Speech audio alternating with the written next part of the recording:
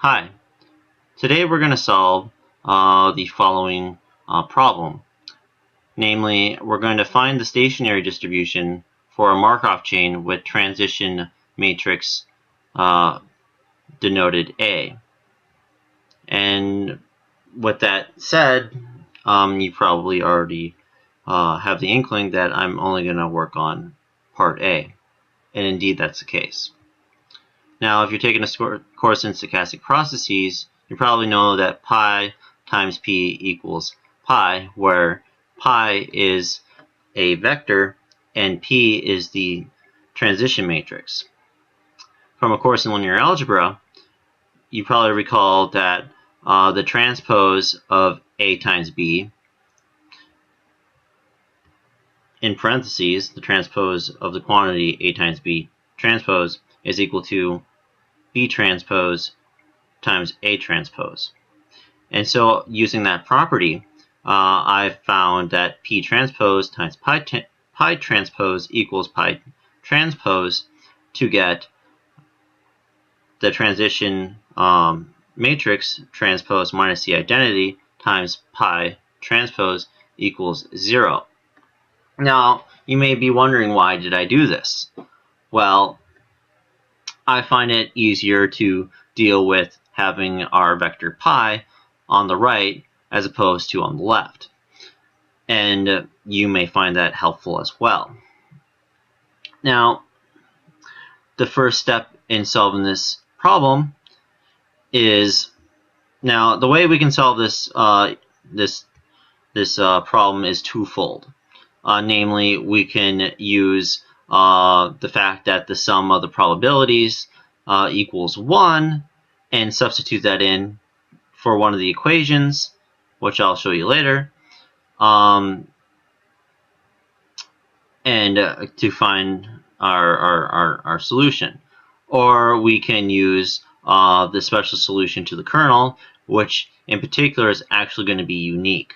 And that's because the matrix here clearly is regular, namely all its entries are positive for some power of n, and when our matrix A is raised to 1, well, all the entries are positive, and thus there exists a power of it that it has all positive entries, and so it's regular. Not only that, it's also ergodic, namely from any state you can from any one state you can get to all the rest. And so we would first need to write down the matrix after we transposed it, which is this matrix here, and then after subtracting by 1 for each one of the entries on the diagonal, and then multiplying by 10 to get rid of the decimals, we get this. Now, the way they do it in the book, they actually want you to substitute in the last row all ones. And well, why is that? Well, notice that each column actually sums to 0. That is, well, namely -5 plus 4 plus 1 equals 0, etc. equals 0 equals 0. And in that case, we can, obviously one of the equations is redundant, and we can substitute it with something else. And if you're taking a course in stochastic processes, you know that the sum of the probabilities is equal to 1. And so this would be rewritten as -5, 2, 1, and 0, 4, -5, and 3, and a 1 here, and a 1 here, and a 1 here, and a 1 here. If you're wondering why I don't have these as all 10s, well, it actually doesn't matter. We can multiply these rows by 10, and we could multiply this row by 10 and then get rid of the 10, and we'd be indifferent, and the equation's indifferent to that as well. So you would then solve this using, elementary methods for solving matrices, and you would find the following, which is pi, our long-run distribution or stationary distribution or steady state, is equal to 1 over 47 times 11, 19, 17 transpose. Now, on the other hand, we can also find the unique solution to the kernel of P transpose minus the identity, or the null space of. And we do that by first using row reduction or Gaussian elimination on our matrix we see here, but without the substitution of the ones. And so if we take this and we do, Gaussian elimination, we find this. And if we were to do Gauss-Jordan elimination, we could then get rid of this to find that this entry right here would actually be a negative 11 over 17, which we see over here.